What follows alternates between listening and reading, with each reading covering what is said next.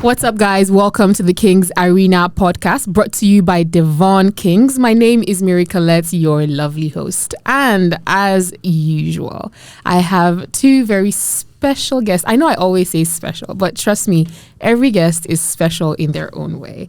Okay, and I have two very special guests in the studio with me. First off, I have Big Ma, right? Yes, you're correct.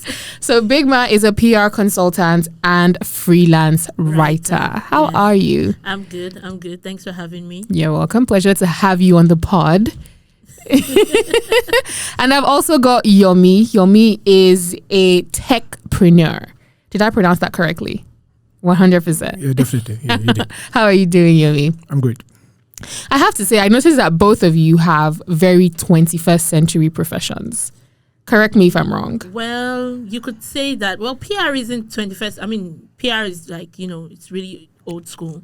It is? Yeah, PR I'm not doing social media PR. Oh, okay. So I'm doing like old school PR. Talking one-on-one marketing. What is one-on-one marketing? People, interacting with people on a one-on-one level, not going on social media or trying to Instagram market you. No. Okay. Yeah. So what's that like? Very tasking because it's not thanks to technology. Thanks to technology, it's not like it used to be back then. Everybody is going forward, wanting to do more of online stuff. Yeah. The one-on-one thing is not, happening as popular as it much. used to be. And thanks to Corona too. Yes. That has even made it worse because nobody wants to be in contact with anybody else. Again. So do you think you're ever going to branch into like the social media aspect of PR? I'd rather do something else. Why? You seem to not like social media PR at all. I don't, I'm very social media backward in so many ways. I find it quite distracting. It's not who I am. Okay. So as much as, even when I tell clients, I tell them I always outsource that part of my job to a different, company. That's new. Yes. You always seem to find people trying to like evolve and just move with the trend, and you just seem not to care at all. I'm quite old school when it comes to so many things. I respect that. Let's talk about you, Yomi. Let's talk about your job, techpreneur. Oh. That's not a common job, is it? Maybe not a common name, but it's a common job. Okay, so what do you do precisely? I solve people's problems and I provide them with services. Okay. And I provide them with upgrades for their devices. Mm-hmm. I mean, without technology, we won't be here right now. Like, we won't be able to talk to millions of people. Exactly. Right? I mean, yeah. Right now, it's like humans and technology. We're like twins, basically. Like, yeah. Like it's like the oil we operate on now. Like, we are the car and technology is the oil. Is the fuel. So basically, when you can do so many things that used to be so hard back in the days, and from the comfort of your home, that is mind blowing, and who wouldn't want that? So basically, my job is connecting the world. Basically. I feel like I have two people on opposite sides. I was going to say you are very like tech savvy, and you are just very like I don't know. I like things done the old school way. Yeah. So would you say that you're self-employed? I have always been. I've always been on track, basically. Okay. Yeah.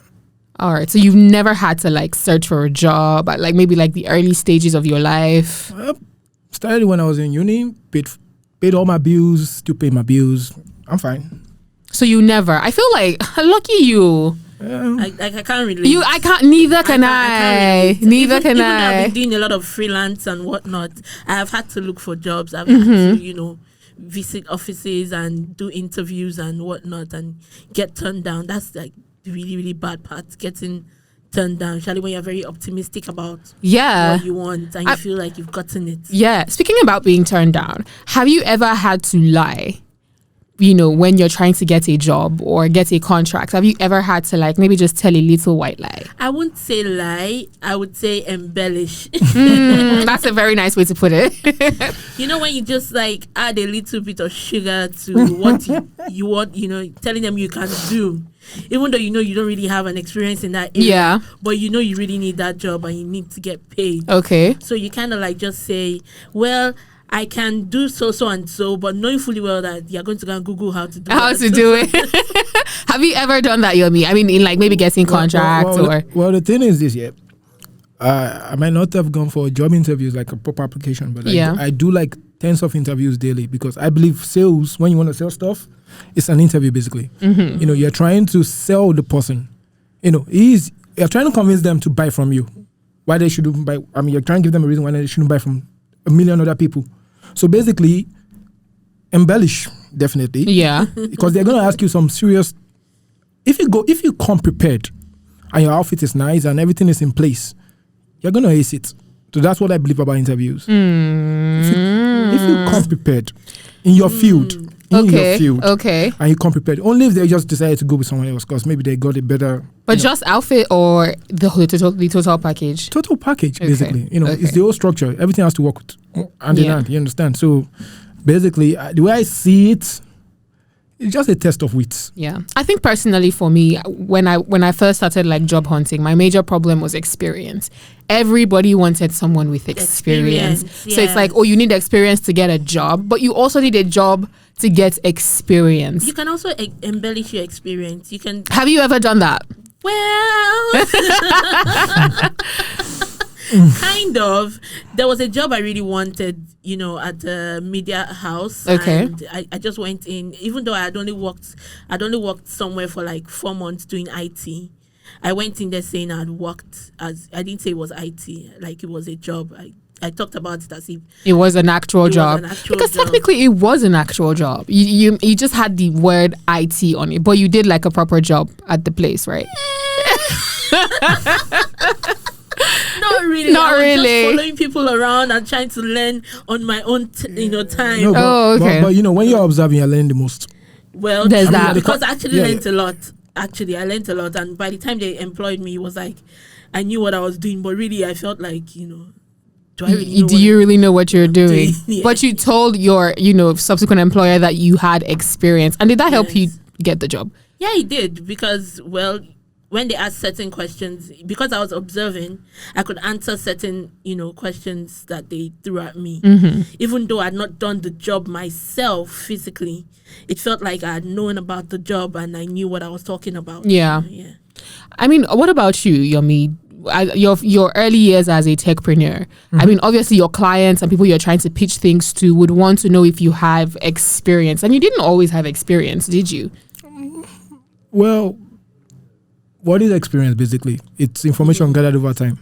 Yes. So and also like... if you don't know it, you don't know it. But there are systematic ways you can actually... teach us, Yomi. Yes. We're at your feet. Yeah, right. The client wants you to actually make them have confidence in you. So you can reascertain your worth. Even if you don't know it, you just need to know just enough to pass. You get what I'm saying? Well, so basically, if you can find a way to communicate, okay, if they ask you a tough question and you don't know, there's a way you can actually like put it and like, okay, and if you did well enough, they might just employ you. He has a point there. He does. I mean, in real life, because these things are easier said, don't you think? But in the reality of things, in the grand scheme of things, you're like, I don't know if that, because sometimes people are very like straight up. If you don't have 2 years experience, don't even bother applying for this job. They don't really want to know if you have an idea or not. Sorry, let me ask you a question here. Okay. If you have a job that you need, if you have a job position that you need someone that is hardworking, very hardworking, very quick to learn, and they and what is it called? They are always available and they are hungry. It's very important. Mm-hmm. And you have someone that has experience. The probability that you give it to someone that is hungry, that is hardworking, that is ready to learn, is higher because you can see yourself in them sometimes. Not in Lagos employment market. That was for a fact. Not in Lagos. It's the experience they're looking for. They don't want to know that you're hungry. Experience or clout. Yes, or you have connections.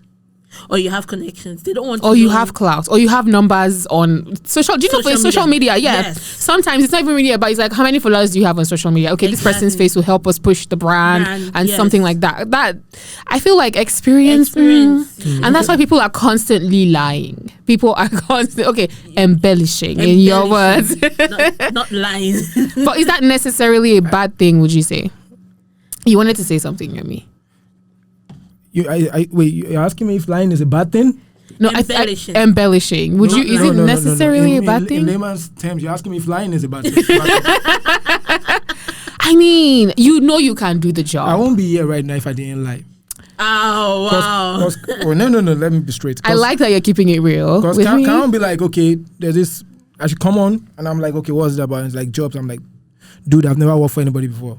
But that's between me and you. Yeah. But of course, I could talk now. Okay, pardon my French, but basically, I would embellish, and I'm here right now, sitting here. Exactly. So basically, I think that answers it.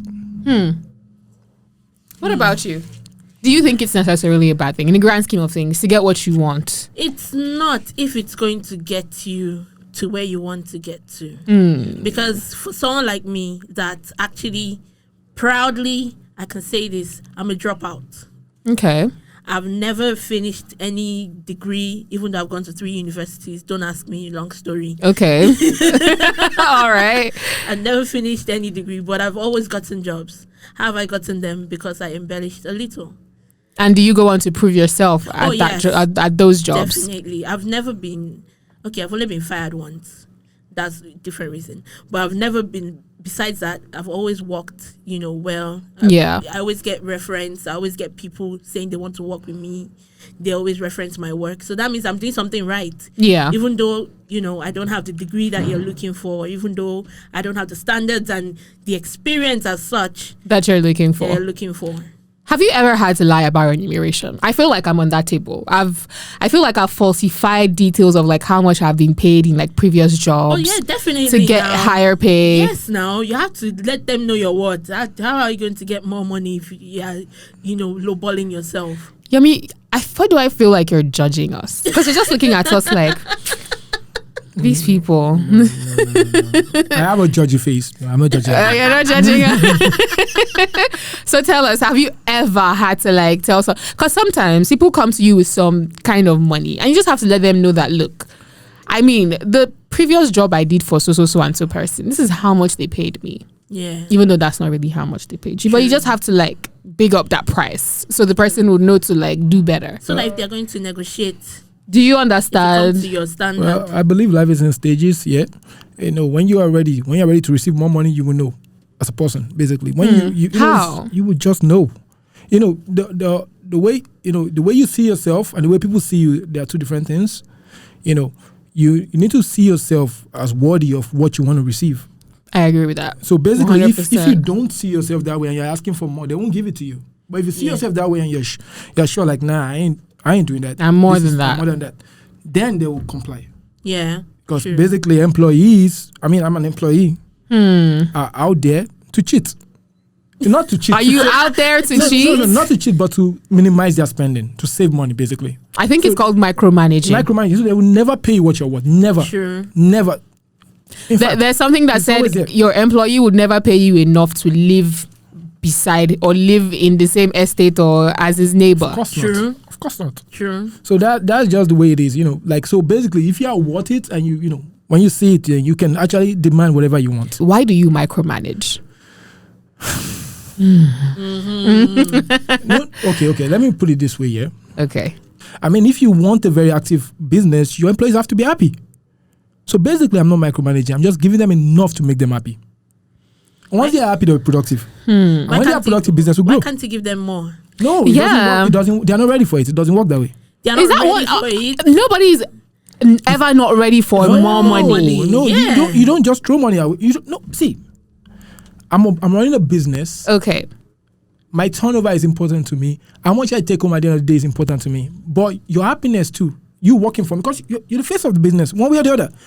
As long as you're happy, it's fine. The day you come to me and you complain, then I'll review your importance to my business.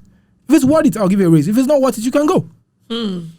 I mean, I feel you on that one. Simple. I feel you on that one. Where I would have had a problem, because I feel like with most people that micromanage, is that even when they see someone's importance, they still find it difficult to give the person a raise. No, but there'll be incentives, of course. If you're exceptional, there'll be even incentives. No, I have worked with a micromanager before, and even incentives were like difficult, like over time. And you won't even get health. You won't get. That's why I use the word happy. It's very important. Happy employees. Productivity, great. It's very, very important. Happy.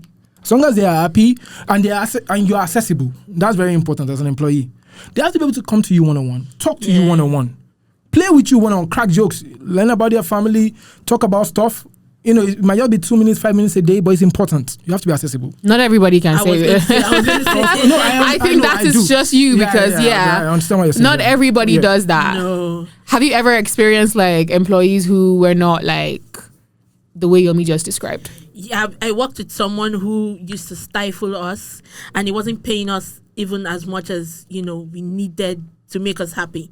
But we were working late hours. Like I would go home 1 a.m., sometimes 3 a.m., and sometimes I wouldn't even get my salary on time, or he would reduce it for some reason. He just feels like maybe he would say maybe I was late, which the fault is I'm getting home 3 a.m. You don't expect me to get to the office on time. 8 a.m. the next day if you're getting home at 3 a.m. It's not going to happen. I'm going to sleep in. Yeah. And then he'll remove it from my salary, and I'm that kind of person that I'll be like, I won't argue with you. I'll just be quiet about it and I'll take it. And he kept doing stuff like that. People started dropping. Most of his employees just started leaving one by one. Me too. There was a day I just got fed up. I just sent an email. I was like, you know what? It has been fun working with you. But I don't think I can do this anymore. Speaking more on common lies sold while job hunting, I'm going to ask you this question because you told me that you didn't really finish schools. Yeah. And have you ever had to lie about your grades or your qualifications? I wouldn't say lie because I did a professional course.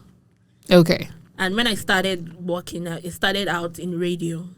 What? Oh, okay. Yeah, I started out as an OAP. So when I was going to get that job, I used my professional qualification to get it. Oh, so you just put that foot out all the time? That's all I put out because I don't have any other thing to put out. I understand. I mean, I feel like I've never had to lie about my, qualifications because what I've come to find out is I don't think I've ever used my qualifications or my certificate to get any job.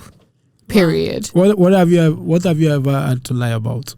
Yeah. What have I ever had to lie about? Probably remunerations. That one for sure.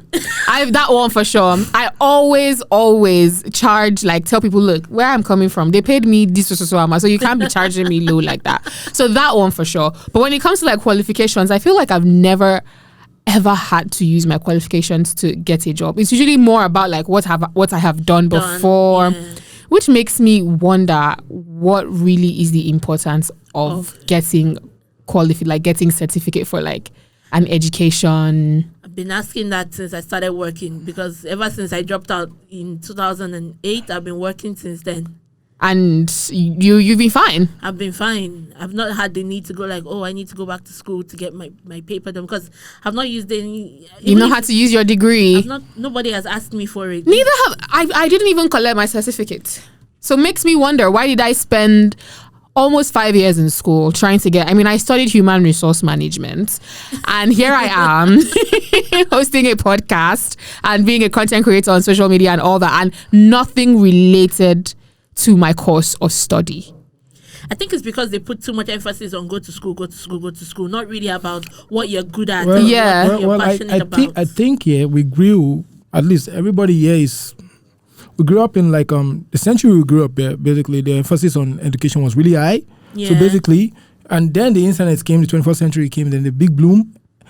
There were now basically a 16-year-old boy, 17-year-old boy, 18-year-old boy can make millions on TikTok. It's easier now. Yes. So those were, when we were growing up, those were the available options. People they that are growing up weren't. now can choose not to go to school and become a mega star overnight. These people are lucky. So basically, So like lucky. I'm gonna come in again with technology. It improves lives. Because You say now- like I hate tech. I No, don't hate no. technology. I just have a problem with understanding. Like you trying to teach your mom how to use a computer. Yeah. I am that way with technology. But you don't look like you were born in is it Gen X? No, I'm not. Gen Y, I don't even know. But you look like Gen Z. You're not. She's definitely not a Gen Z. No, No. I'm a millennial. No. Exactly. she's So how come I don't know. I just love things the way they used to be. the way they use that's using- it first? Nah. Using an abacus, No. Abacus. Hey, that one I've for not you. heard that thing since like abacus. What? No. I would sooner pull out a calculator before I find it on my phone. Wow. I feel like social media is my resume. Let me give you. Wow. Sorry, can I button? Sorry. Yeah, sure. Let me give you an example here. Before the AirPod came into play, the wired earphones existed. Did they use an AirPod? I shit you. Okay, sorry. I bet kid you I kid you not. You are never gonna use your wired earphones anymore. You know why? I agree. Connectivity, wirelessly. You can move your hands. You can walk about 10 meters. You see, That's no joke. That's no joke. but you see, here I am thinking, what if it falls out of my ears? My ears are so small. How will it stay It in? would. Basically, Like, I think those are the things I think basically, about. you are limiting yourself from progressing in technology based on your Assumptions. Or Assumptions. yeah. Yes, And because I you would- haven't even tried. That's I right. haven't even tried. That's the thing about me. At least I'm being honest about that. When Yeah. it comes to technology, before I try it, I'm like, is this thing going to work for me? Yeah. What if I embarrass myself? Like the first time I had to go on an escalator, Okay. it was hilarious. I almost feel, you know those videos that you remind see? me of my mom. I almost felt like I almost tripped into like 3 people behind me Oh my god. until I got the hang of it. Now I go on it, I'm like, oh, okay. A boss. Okay, cool. Easy peasy. So basically, technology improves lives. You just need to learn. I just started using Windows 10.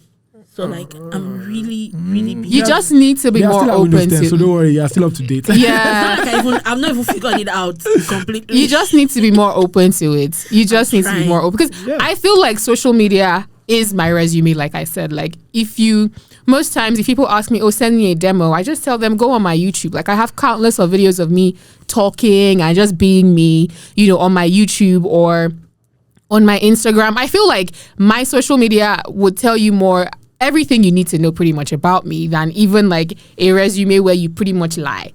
Because you write all those things. I'm a goal-driven person who likes to work in a very... but wait. You know that people only put the best bits on their social media, which is still kind of like... I just Still sugar-coated in a sense, but... my more social like media honey. is more like a photo dump place. It's like where I'm just having fun. Like basically what I put on my social media is Yeah. stuff that Yeah. on a good day, why am I looking at that? But you know that in the 21st century, social media has become more curated in the sense that I feel like people are being more intentional with what they put out there because you know that it can in the long run make you money. well, Even more than like job hunting for the, regular kind of jobs where you have to lie and say, oh, I love working with people.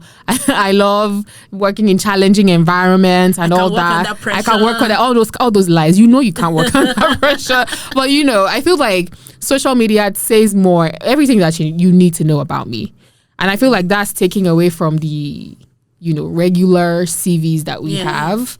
yeah. And I feel like, are you very open on are you very like active on social media, Yummy? I post a shit ton of things, anything I feel like. And has social media ever landed you a job? I mean, I get a lot of clients based on my lifestyle. Like, On social media? trust me, like I make money from being real online. Just post. People just want to be like you. One way or the other, you get fans, you get following, and before you know it, they think, oh, he got that. Let me get that too. I might be like you. Oh, he did that. Oh, he went here. Oh, let me check it out too. So you get a cult following from social media. That's basically what it's about. Look, Yeah. so she gets on social. Like I feel like social media is a very good resume. And if you're good at it, If you're good at Problem trust I have me, with social media is instead I just get stalkers. you get wow. you get Stalkers. Must be nice. I mean, you can get stalkers to drop Wait, banner. do you Trust want me, to be must stalked? No, but you can get stalkers to drop bar. Maybe you want to stalk me. Today's my birthday. Send money. How about that? Very weird stalkers. Oh, so this doesn't even have money. What kind of stalk? I don't want those ones. Exactly. I want rich stalkers. I'll say, baby, how much do you want? And stuff like that. But yeah, I feel like social media is definitely like, you should look into it. Well, I mean, I've tried. It's not like I have followers, it's not like I don't have followers and whatnot. But at the same time, I don't use it as you use it, like to, put out content and stuff. It's just stuff I like to do. Like, I'm a karaoke addict, so I put up my karaoke videos where I'm singing and just having But as fun. a PR person, I have a PR page for business. and do you get business from that PR page? I get my business from referrals. Funny, the old school way. There's that. That's how I get my business. And the people who you do business with never want to like see your social media. Funny thing is, the people I work with, they always want hands-on PR. Like, they want the old school, because it's mostly like for events or stuff like that. Yeah. So mine is just to advise you, and if you want to use social media, I'll tell you, see, you're going to do ads, and that's like my easy way out. You want to use social media, you're going to do ads. Don't stress me. Yeah. I can do the ads for you. Yeah. You see the numbers. Leave me alone. All right, Yomi, what's the one thing you always look out for when it comes to like hiring? Hiring people? Yes, hiring people to work for you. So, it's quite simple. So do you look at like all those extra stuff, like those for things me, that are obvious lies? For me, be reasonable as a person. 1, 2, be hardworking. 3, be ready to learn. It's very important. Number 3, very ready to learn. Yeah. That's all. I've been where you are right now. Once you understand that, once you really understand and digest that, we're good to go. But you don't really know all those things from the jump. Yeah, So say someone sends you their CV. Okay. What are you looking at? Someone, obviously, because that's always the first step. When I talk to you, I would pick some things. It's basic. I need to talk to you one-on-one. I will talk to you. We can even go and eat together. We can even chill together. We can even go to a bar together. We'll do something together. Yeah. I will shortlist you, and when I talk to you and we play together, I mean, if you give me enough to employ you, I will employ you. Okay. What about you? Do you have a trick that you use when you're like job hunting to like land the job? I don't have any trick. What works for me is just my personality. Once I start talking to the person, we start joking. I've heard that I'm funny. So that, kind of helps. Makes the person feel more relaxed. So you use wit. I use wit. Are you saying personality over resume? Well, I mean, I've been getting jobs. With your personality. With my Must be nice. I mean, I'm trying to think. When I like sent my resume for the first job I ever got, by the way, was via social media. Oh, wow. Yes. So I saw this company, they put out like an advert on Instablog, and they're like a new company. They were looking for presenters and everything. So I figured they'll need people. So I slid in their DM and told them, look, I'm willing to work. I've done this and that and the third. I did a little bit of acting, before. So the reason why they hired me was because they had seen me, do acting and do stuff. So it was more of like experience for them. And I feel like I've gotten more jobs based on like what I've done. And I feel like that's one of the reasons why I don't hold back anymore when it comes to putting myself out there, be it on social media, on YouTube, because I've come to find out that people actually want to see these things. Yeah. Like, it's not really about what you type and what you say. They want to actually see it for themselves. So if you say, I'm a bubbly person, I want to go on your social media and see you being like bubbly or I'm colorful, I enjoy having fun. They want to see you like do these things. So because they had seen it before, that worked for me. So basically they want you to be relatable? Yes. They want me to be relatable. They want to see me, all those things that I said that I do. That's where your personality comes in. Yes. And I feel like that's what works for, especially if you're in the media. Yes. I feel like in the media space, yes. I don't know how it works for tech. I feel like tech is very like... It's more... Tech is more... straightforward. See, when I do one-on-one with you, I need to know how you relate to people and how easily you get irritated, because to be frank, people that buy stuff are In fact, they're frustrating. the words I'm about to use they are not made for TV, so I'm not going to say it. But no, they are from the pit of hell. So once they give you money, they believe they own your life. You know, even if the money is not much, but they believe they own you. So basically, it's a service job. I need to know you can take pressure. Yeah. I need to know that, you know, you can actually be attentive to things, because every mistake you make will cost us money. So a one-on-one conversation is very important. Very, very important. I need to know how attentive you are. I will send you a couple, like, we're going to be together for a while. You know, I'll just observe. You know, it's very important. Very, very important. I agree. I mean, whatever works for you, definitely. So far, that's so. This was an interesting conversation. Anything you want to add, Big Ma? Well, not much. Just saying, need new clients. If you want to work with me, I know. I'm funny. Holla.